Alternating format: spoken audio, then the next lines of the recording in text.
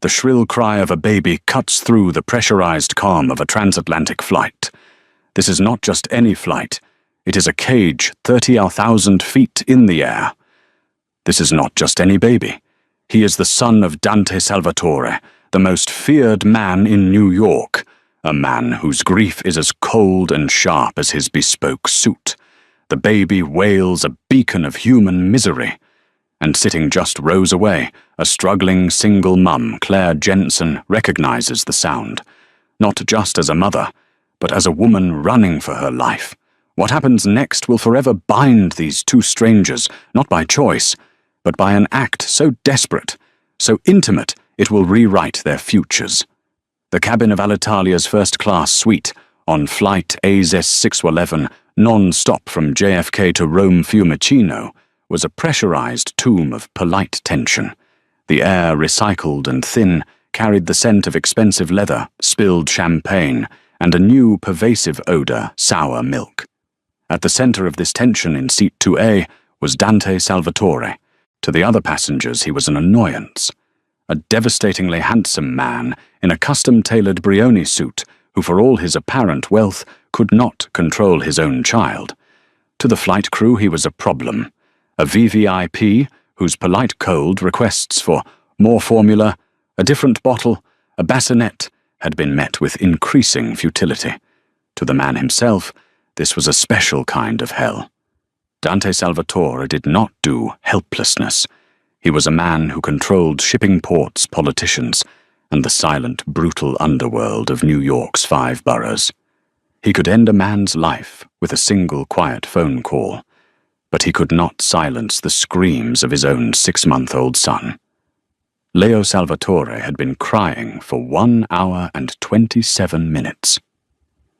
Signore, perhaps some warm water. The flight attendant, a nervous woman named Sarah, offered her smile stretched thin. Dante's glare could freeze fire. You offered that over New Jersey. He has rejected it. Find something else. His voice was a low growl, a rumble of controlled violence that made the attendant flinch. Beside him, his bodyguard Marco sat like a mountain of tailored Armani.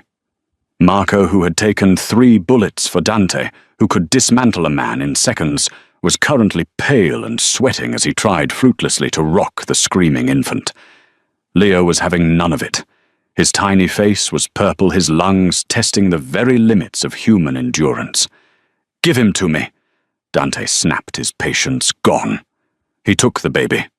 Leo's screams impossibly grew louder, more frantic. This was not a cry of annoyance. This was a cry of pure, primal need. Dante felt a jagged spike of grief mix with his rage. Leo's mother, Alessia, was gone. Killed 6 months ago, just after Leo's birth in a blast of fire and steel, meant for him. Alessia would have known what to do. She would have smiled and sung a soft tune in her Sicilian dialect, and the world would have been right. But Alessia was gone, and Dante was left holding the only piece of her that remained, and he was failing. The other passengers in the hushed cabin were trying and failing to be subtle.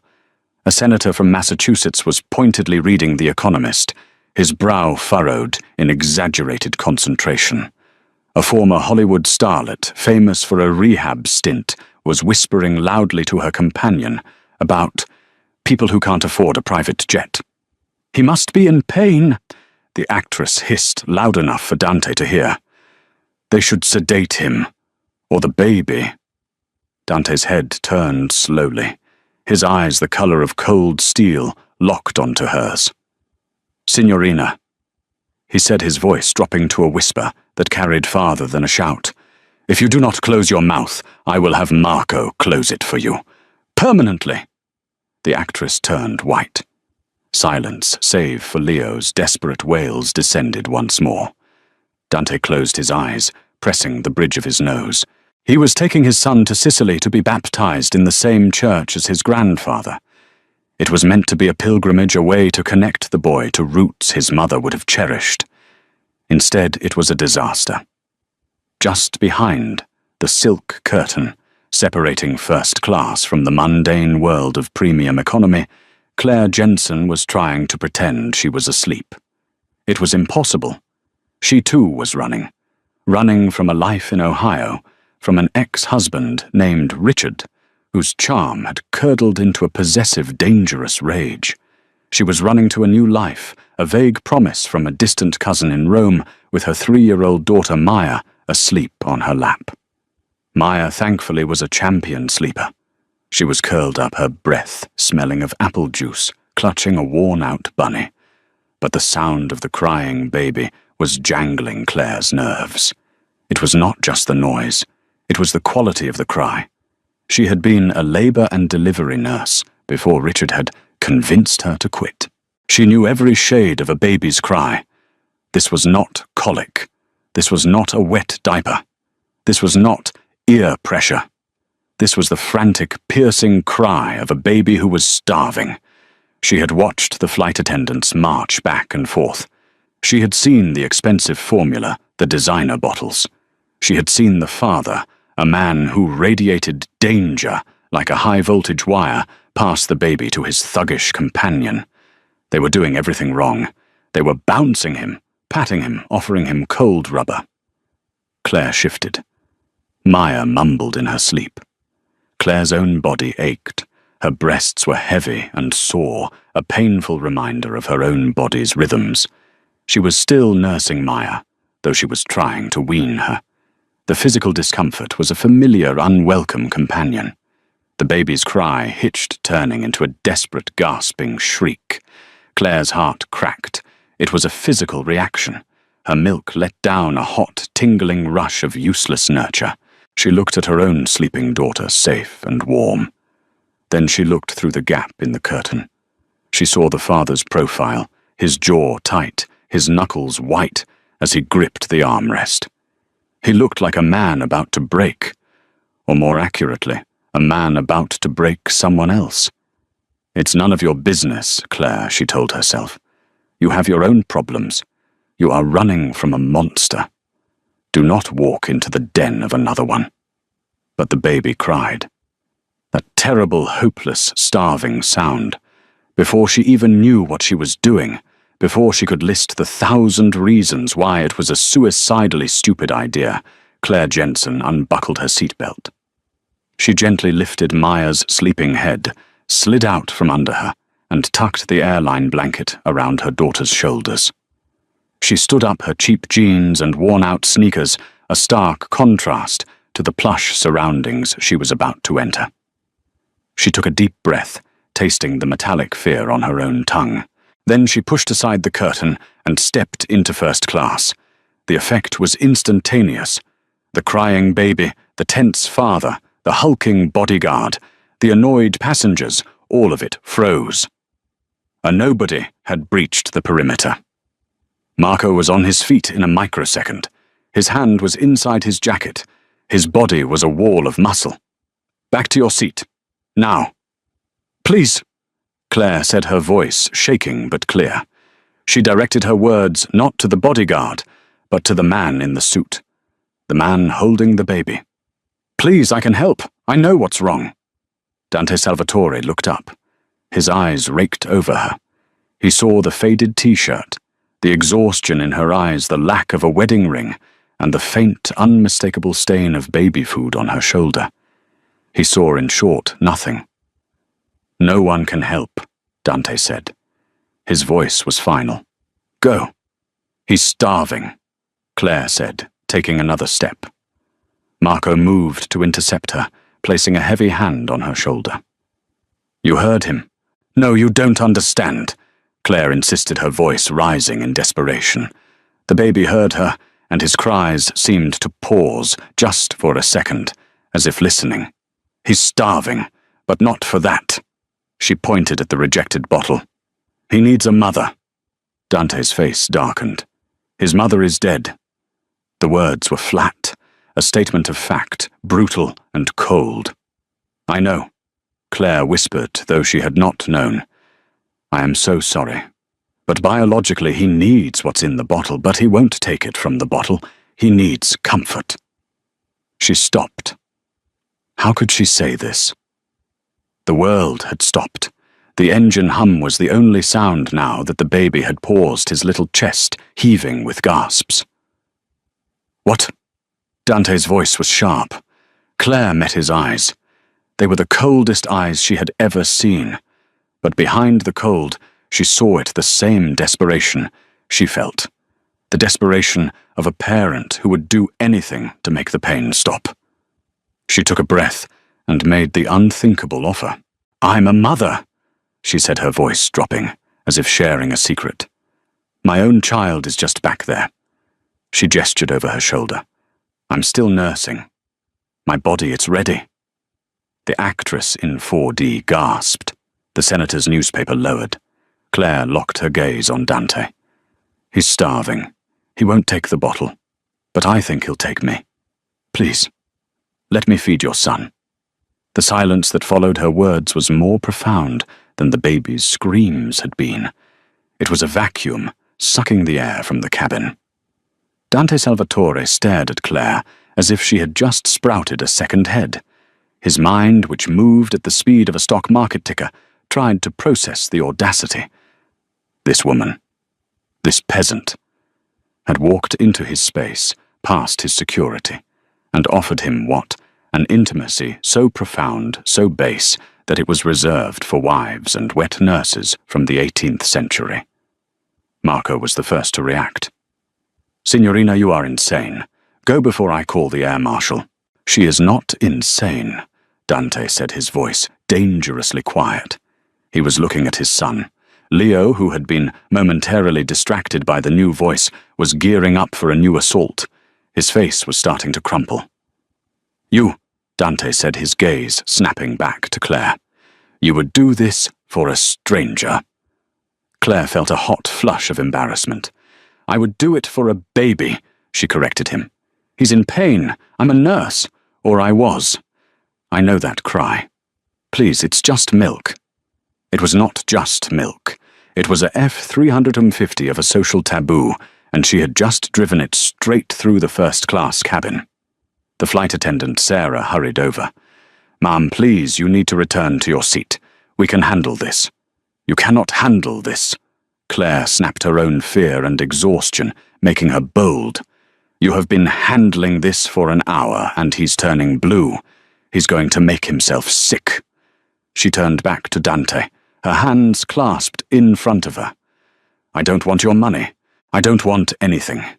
I am a mother with a full breast of milk that is currently going to waste. Your son is hungry. It is the simplest, most logical solution in the world." Dante Salvatore lived in a world of complex, illogical solutions, a world of shell companies, hidden loyalties, and blood feuds. He had not encountered simple or logical in a decade. He looked at this woman. She was plain, but her eyes were not. They were a clear, defiant blue. She was not intimidated. She was exasperated, as if he were the idiot. It was a novel experience. And Leo, his son was beginning to wail again, that thin, reedy sound that tore at the last remnants of Dante's soul. "You are American," he stated. "Yes, from Ohio. And you are healthy." It was not a question. It was an assessment. "Yes," Claire said, her cheeks burning. "I am not on any medication. I do not drink. I do not smoke. I am just a mum, like your wife was." The mention of Alessia was a misstep. She saw it in his eyes. The steel cooled to absolute zero. "Do not," he whispered, "speak of my wife. I'm sorry. I just mean as a mother. Please." Dante made a decision. He had made decisions that had cost men their lives with less information. This was, as she said, simple. Biological. "Marco," he commanded. "Boss, no. We don't know who she is. She could be anything." "She is a solution," Dante said. He nodded to Claire, a short, sharp motion. "Sit." He gestured to the seat, facing the one the Hollywood actress had been occupying before she'd moved in a huff. Claire practically fell into it. Her legs were shaking. "Sarah," Dante called, his voice, now pure command. The flight attendant jumped. "Bring blankets. 2. And a bottle of water. Aquapanna, if you have it. Yes, signore, immediately. Sarah returned her hands full. She looked at Claire with a mixture of awe and horror. She handed her the blankets. Turn around, Dante ordered Sarah. What? Turn around, all of you. His voice swept the cabin. The senator's newspaper went up like a shield. The actress fumbled with her eye mask. Marco reluctantly turned his back, standing in the aisle to block the view from the rest of the plane. They were in their own private world. Just Dante, Claire, and the now gasping baby. Give him to me, Claire said softly. Dante looked at his son, his expression unreadable. He had not let anyone hold Leo but himself, Marco, and a professional background-checked nanny back in New York. To hand his son his heir to this complete stranger, it was a violation of every security protocol he lived by. But Leo cried. Slowly, as if handing over a priceless, unstable explosive, Dante Salvatore passed his son across the small table. Claire took him. Her movements were practiced, sure. She did not take him awkwardly like Marco. She did not hold him stiffly like Dante. She settled him into the crook of her arm, her body a natural cradle. She draped one of the blankets over her shoulder. It's okay, Piccolino, she murmured. A word she'd picked up from an Italian cooking show. It's okay, I know. She did not look at Dante. This was not for him. She shielded herself with the blanket, unclipped her bra, and guided the baby. There was a moment of frantic snuffling, searching a tiny whimper of frustration. And then silence. A profound, absolute, and miraculous silence. The only sound was the soft, rhythmic suckling of a contented child. Claire let out a breath she felt like she had been holding since she left Ohio. The relief was so total, so physical, that she felt lightheaded. She looked down at the baby in her arms. He was beautiful. Dark, downy hair, long eyelashes, resting on a chubby cheek. He was feeding with a desperation that broke her heart. He had been starving. She looked up. Dante Salvatore was watching her. His face was a mask of stone, but his eyes were raw. He was not looking at her. He was looking at his son, seeing him peaceful for the first time since his mother died. He's beautiful, Claire whispered, her voice thick. Dante did not answer. He just watched. He watched this strange, brave woman from Ohio feed his child from her own body. He was a man of transactions. He understood debts. He had just incurred one that he could never, ever repay. My name is Claire, she said into the silence. Claire Jensen. Dante, he replied. His voice was rough. Dante Salvatore. The name meant nothing to her. It was just a name, an old Italian name. And this is Leo, Dante said, his voice softening for the first time as he looked at his son. Leonardo Salvatore. Leo, Claire repeated, smiling down at the baby. Hello, Leo. You gave your papa a scare. Leo's eyes were closed, his hand fisted in Claire's t-shirt. He was in heaven. Dante watched them, the primal sacred image of mother and child, a woman who was not his wife, a child who was his. The intimacy of the act was staggering. It was more intimate than sex. It was life. You are a nurse, he stated. I was. I'm in transition. I'm moving to Rome, to start over. Running, he said. Claire's gaze snapped up, her blue eyes sharp. What? You are running? From what? That's none of your business. You are feeding my son, Dante said, his logic irrefutable. You have made yourself my business. Claire bristled. The post-rescue adrenaline was fading, and she was realizing the vulnerability of her position. She was in a metal tube, 30,000 feet in the air, with a man who looked like he belonged on a most wanted poster, and she was lactating for him. I'm running from a bad marriage, she said, her voice tight. A man who didn't know when to let go. Richard, Dante said. Claire froze. How did you know his name? I did not, Dante said. A ghost of a smile touched his lips, so faint it was barely there. But I do now. This Richard, he is in Ohio. I don't know where he is, and I don't want to. I'm here with my daughter, Maya. We're going to be safe in Rome." "Safe?" Dante repeated the word as if it were a foreign concept. "There is no safe in Rome, not for a woman alone with a child." "I have a cousin," Claire said defensively. "A cousin." Dante dismissed the idea with a wave of his hand. "And this cousin will protect you from a man who doesn't know when to let go." Claire had no answer. Her cousin was a part-time art student who lived in a tiny apartment. She was, Claire suddenly realized, completely and terrifyingly alone. Leo finished. His belly was full. He was milk-drunk, his mouth open, his breathing deep and even. He was for the first time on the flight completely asleep. Claire gently burped him, her hand rubbing his back. She adjusted her clothing under the blanket, the physical relief profound. "Here," she said, holding the sleeping baby out to Dante.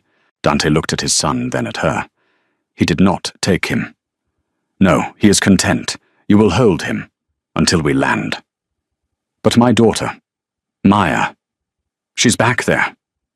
"Marco," Dante called. The bodyguard turned his face, a mask of professional neutrality, though his eyes widened at the sight of the sleeping baby. "Go to the woman's seat. 12E, there is a child, Maya. You will sit in the seat next to her. You will watch her. If she wakes, you will entertain her. You will not let her out of your sight. Go." Marco looked like he wanted to argue. He looked from the sleeping baby to his boss. Then he nodded. "Yes, boss." He lumbered down the aisle, a grizzly bear sent to babysit a bunny. Claire watched him go, horrified. "You can't just send that man to sit with my daughter." "I can," Dante said. "He is the most capable man I know. Your daughter is now the safest person on this airplane. Safer even than you." Claire looked at him, truly processing the power in his statement. "You," Dante continued, "will sit here, with my son. You will have a drink. You will eat.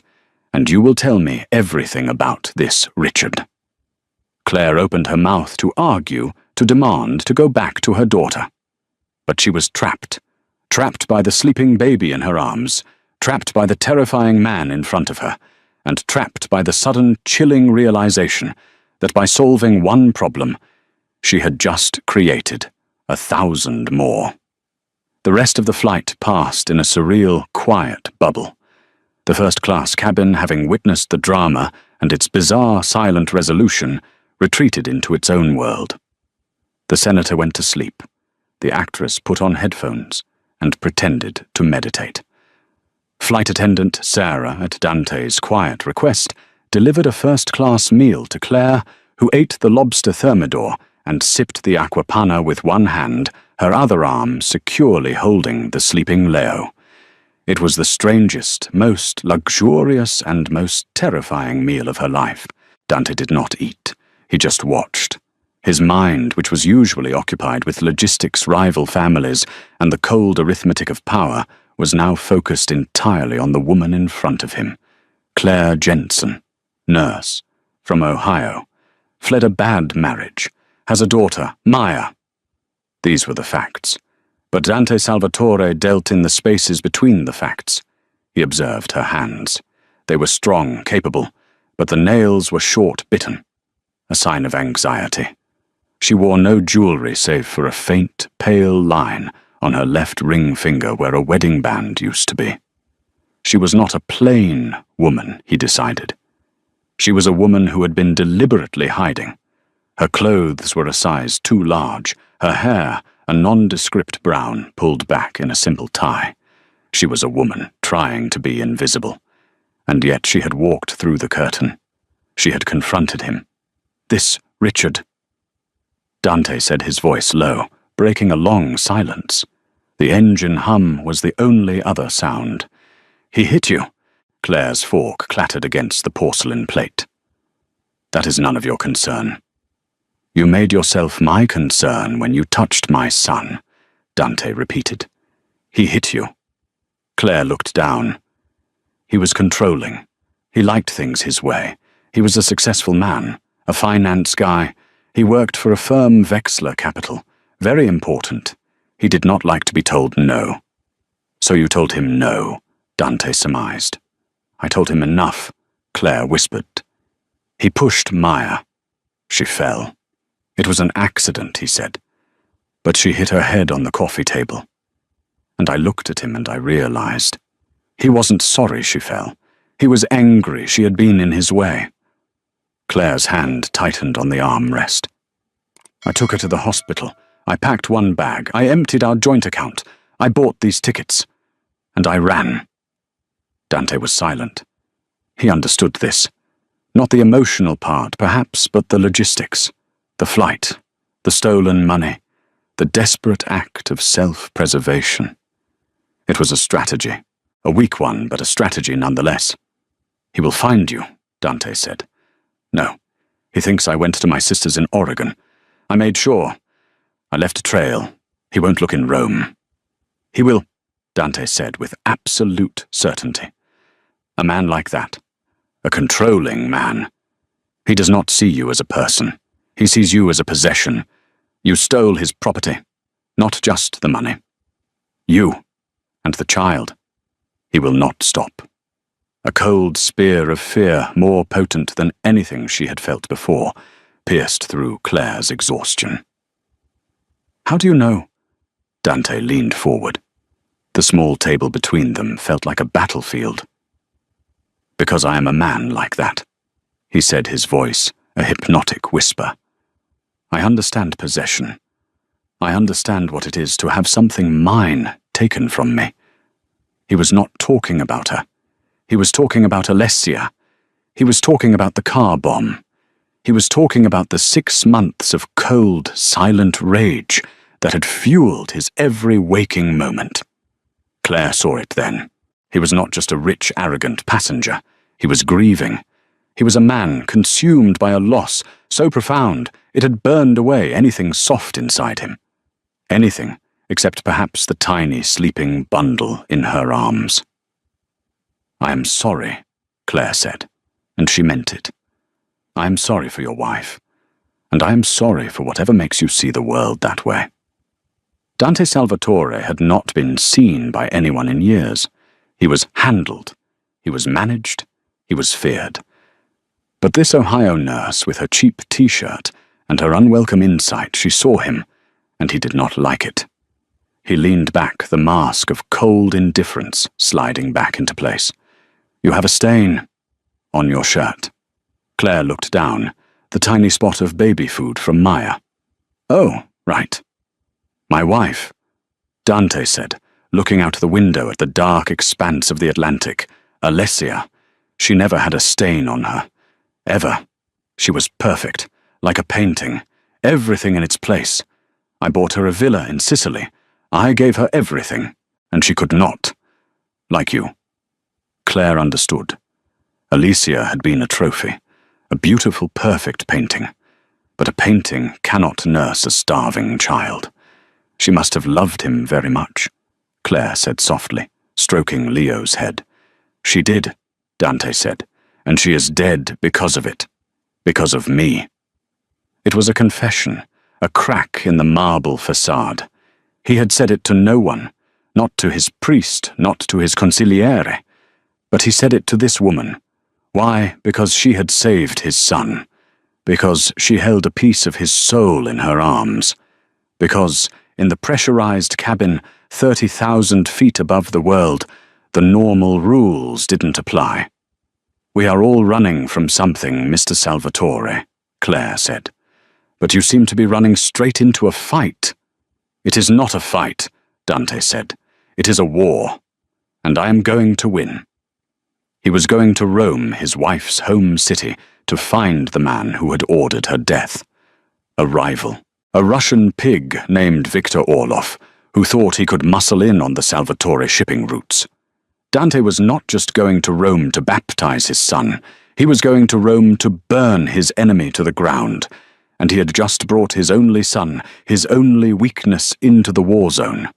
This, he realized, was why the baby's cries had undone him. It was not just the sound. It was the guilt, the crushing, suffocating guilt that he had made his son an orphan, and now he was parading him as a target. "When we land," Dante said, his voice all business now, "you will give me your information." "What?" "Your cousin's address, your phone number." "I don't think that's a good idea." "It is not a request," Dante said. "You have done me a service I cannot repay. But I will." "I don't want to be repaid," Claire said. "I just want to be left alone. I want to take my daughter and disappear." "You cannot," Dante said. "Men like your Richard, men like me. We do not allow people to disappear. You are on my radar now, Claire Jensen. You and your daughter Maya." This was not a comfort. This was a threat.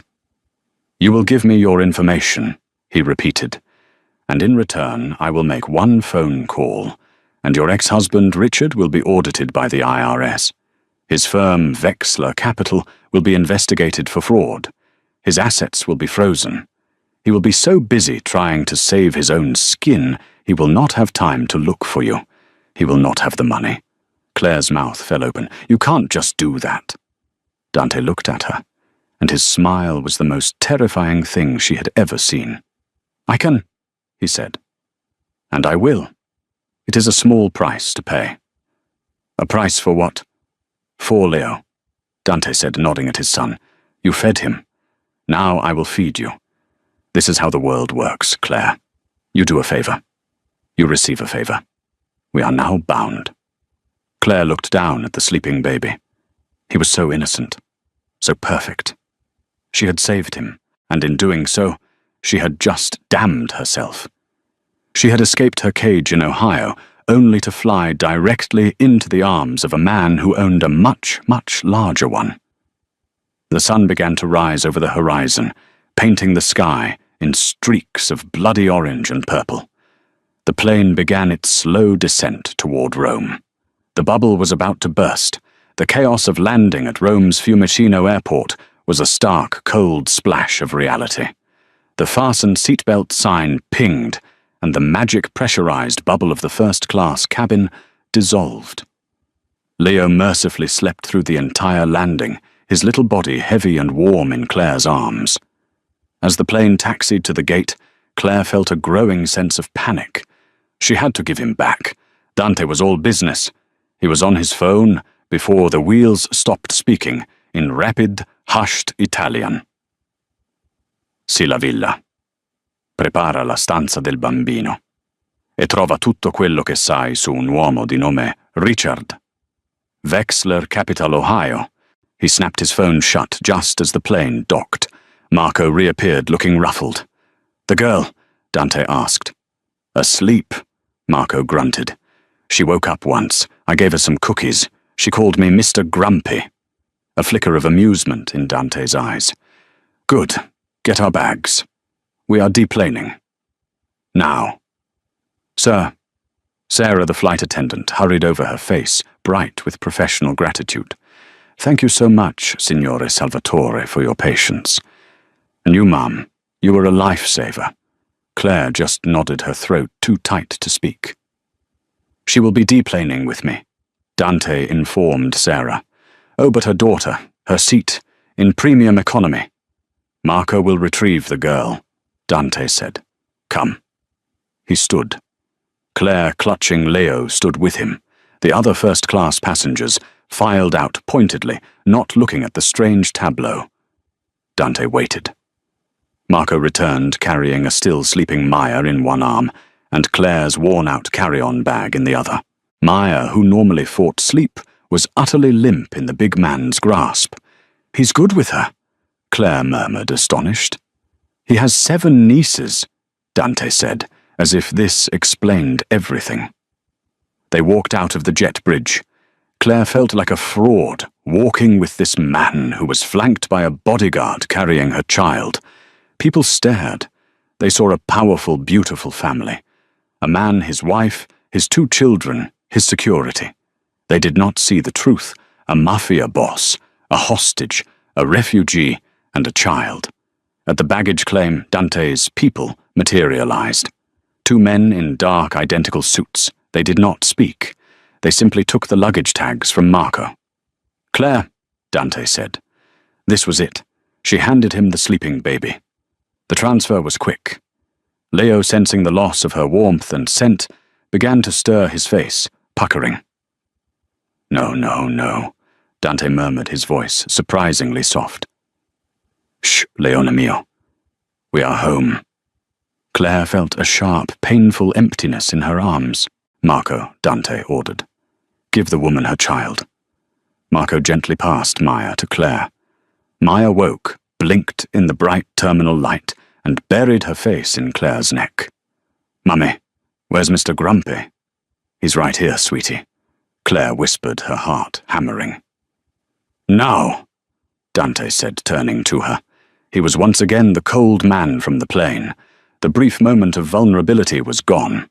He pulled a pen, a thick gold Mont Blanc, from his jacket and took a cocktail napkin from his pocket. "The address." "Dante, please. Mr. Salvatore, I can't. I don't want your help. That favor you mentioned, I don't want it." "I do not care what you want," he said, his voice flat. "I am not a man who leaves a debt unpaid. It is untidy." He held the pen out to her. "The address, or I will have my men find it, and they will be conspicuous. Your cousin will not appreciate it. Neither will her neighbors, or her landlord." It was a checkmate. He knew it. Defeated, Claire scribbled the address in Trastevere on the flimsy napkin. He took it, read it, and nodded. "Good. My driver will take you. A black Maserati is waiting. It will be—" "No," Claire said, finding a last frayed thread of defiance. "No. I'm taking the train. The Leonardo Express. Like I planned. I will not get in a car with you." She expected him to argue, to force her. Instead, he studied her for a long, uncomfortable moment. The cogs were turning. He was re-evaluating. "As you wish," he said finally. "You choose the hard way. I admire that. It is stupid, but I admire it." He tucked the napkin into his pocket. "Marco, give her the card." Marco produced a business card. It was thick, black, ridiculously expensive. It had one word on it, Salvatore, and a phone number. "This is not my number," Dante said. "It is the number for my ufficio, my office, when your cousin's apartment proves to be a hovel, when your ex-husband's lawyers find a way to freeze the money you stole when you are hungry. You will call this number." "I won't," Claire said. "You will," Dante replied. He looked down at Maya, and his expression softened by a fraction. "She is a beautiful girl. It would be a shame if she had to suffer for her mother's pride." He turned. His men who had the bags were already moving. Marco, holding Leo, fell in step behind him. In seconds, the Salvatore entourage was swallowed by the crowd, moving with a silent, terrifying efficiency and disappearing through a private exit.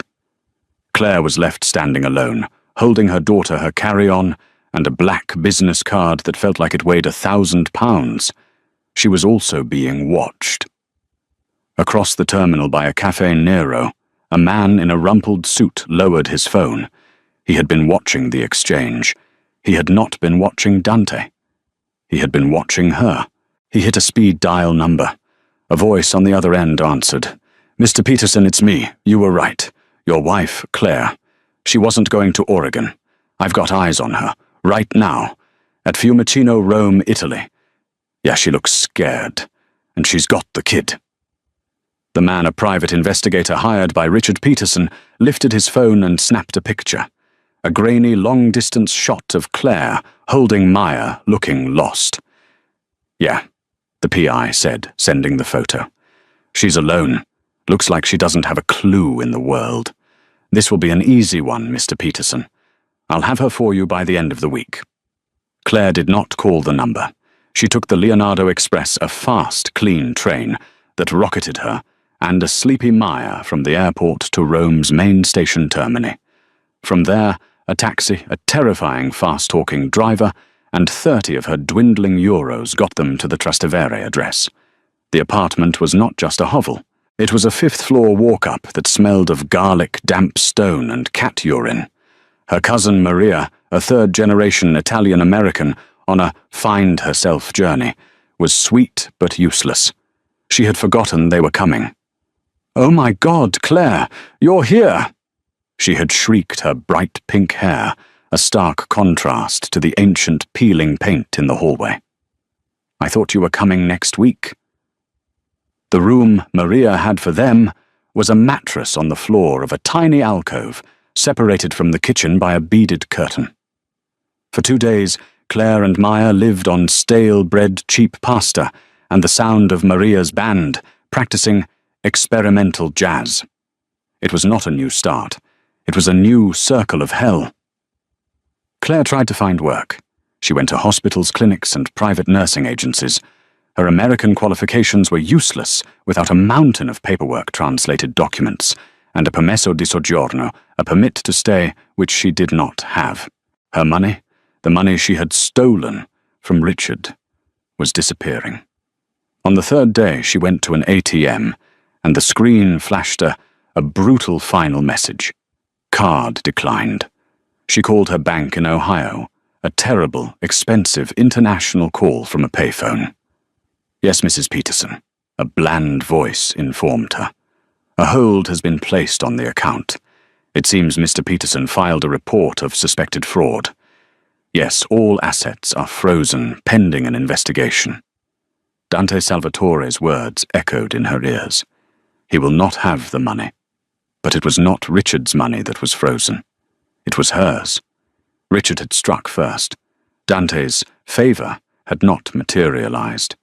Or perhaps this was the investigation Dante had started, and she was just collateral damage. She was ruined. She walked back to the apartment in a daze. Maria was out. Maya was asleep on the lumpy mattress, her face smudged with dirt.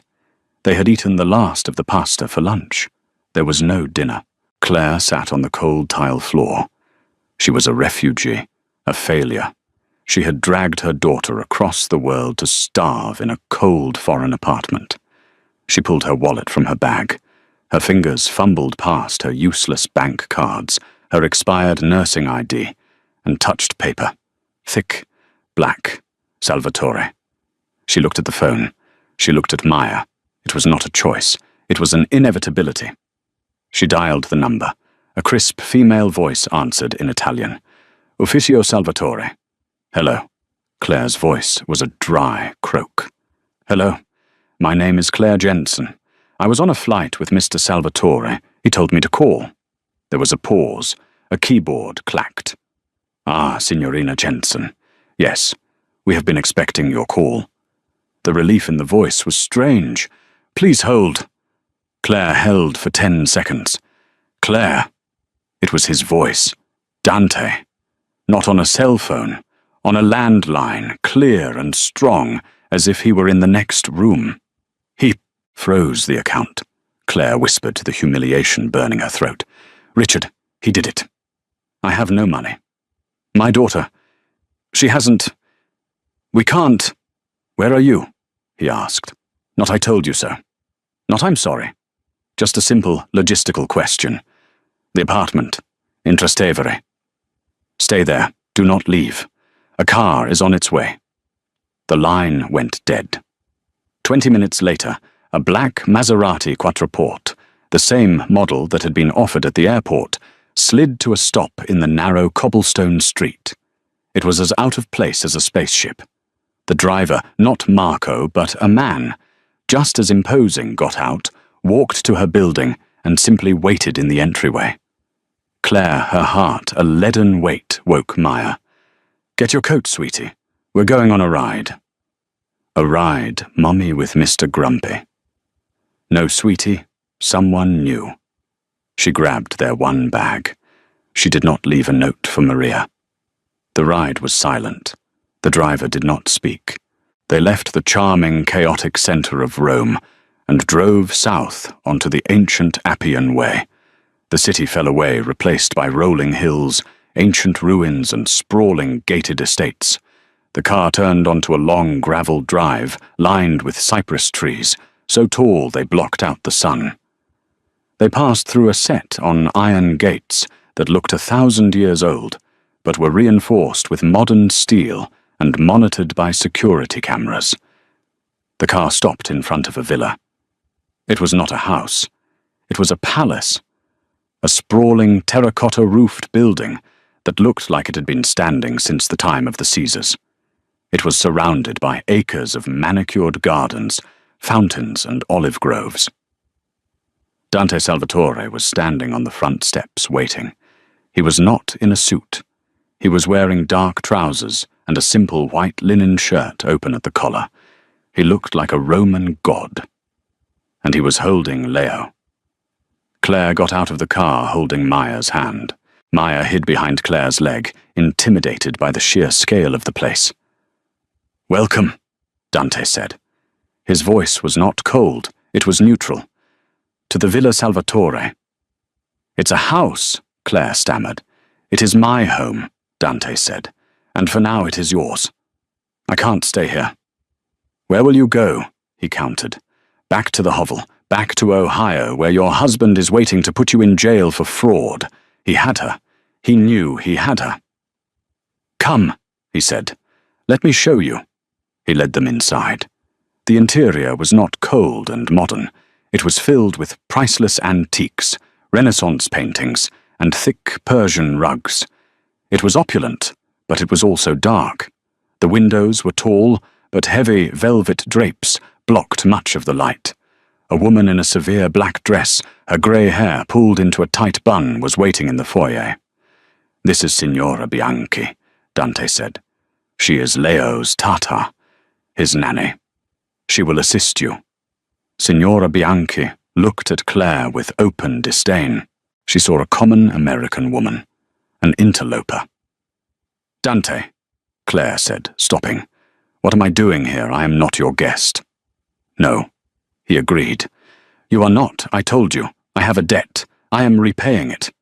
By kidnapping me, by protecting you," he corrected her. "Your husband has hired a private investigator, a man named Frank Russo. He photographed you at the airport. He has been following you. He was preparing to retrieve you, and your daughter." Claire's blood ran cold. "How do you know that?" "Because," Dante said, stepping closer, "Mr. Russo is currently a guest of mine, in a much smaller villa. He is explaining his mistakes." Claire felt sick. "What did you do?" "I am solving your problem, Claire. The problem you are not capable of solving yourself. The man Richard will be handled. The investigation into your account will be stopped. The money will be returned. You will be safe." "Safe," Claire repeated his word from the plane. "In your cage." "A gilded cage," Dante said, a small smile playing on his lips. "It is better than the alternative." He gestured to Signora Bianchi. "Show Miss Jensen and her daughter to the guest wing. Get them clothes, food, whatever they need." "And me?" Claire asked, her voice small. "What is my job? Am I the new nanny?" Dante looked at her. He looked at the hard, disapproving face of Signora Bianchi. He looked at Leo, who was starting to fuss in his arms, his little face searching. "Signora Bianchi is traditional," Dante said.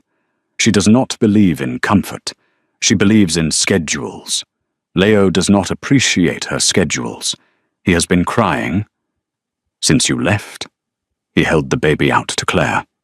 "Your job, Miss Jensen, is to do what you did on the plane. Your job is to be his mother, until I no longer require your services." Claire looked at the baby. Leo's eyes found hers. A tiny gummy smile spread across his face. He recognized her. She took him. He snuggled into her neck, content.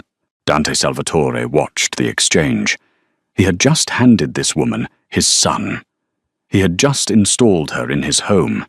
He had just told her he was handling her ex-husband. He was a man who understood possession. "Yes," he said more to himself than to her. "You are the new nanny. You and your daughter will live here." You will be safe. You will want for nothing. And you will never be alone again. Claire Jensen, the struggling single mum from Ohio, looked around the cavernous, beautiful and terrifying marble foyer.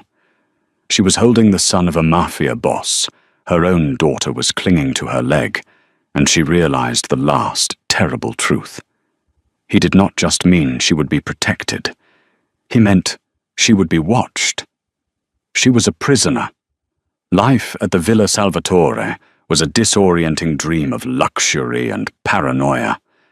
Claire and Maya lived in a gilded cage, wanting for nothing. Dante had solved her problems, the money was back, and the PI had vanished. Claire's role became clear when she won a battle of wills against the stern nanny, Signora Bianchi, over Leo's care. From then on, Claire was Leo's unofficial mother, and the baby thrived.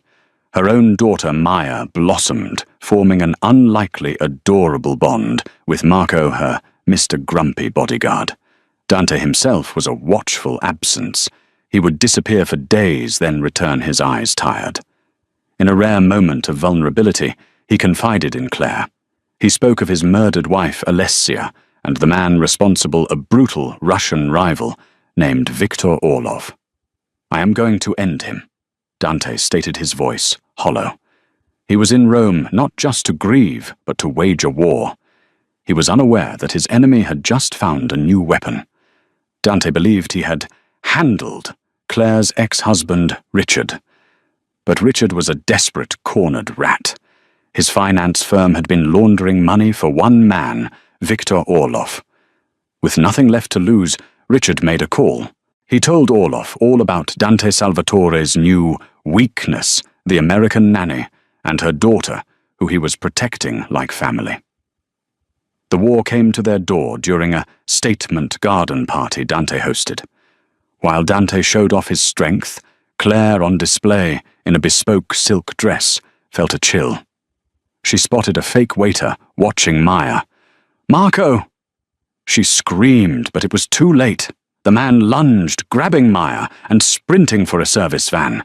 The van smashed through the gates, leaving Claire screaming on the gravel, her daughter gone. Dante stood beside her, his face a mask of apocalyptic rage. Viktor Orlov had just made his move. The villa was shattered. Orlov called, demanding his weapons shipment, Dante's entire war in exchange for Maya. Dante roared, trapped between avenging his dead wife and saving Claire's child. He was ready to sacrifice Maya for his empire until he saw Claire's utter, broken defeat.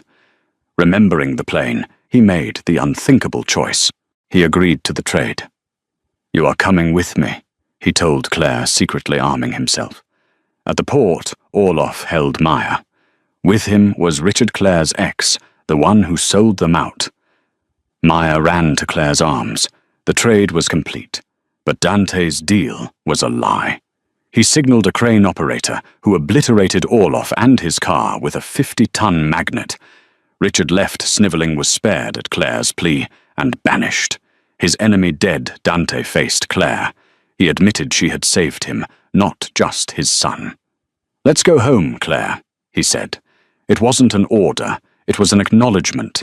A new, dangerous bond had been sealed in blood and steel, and that's the story.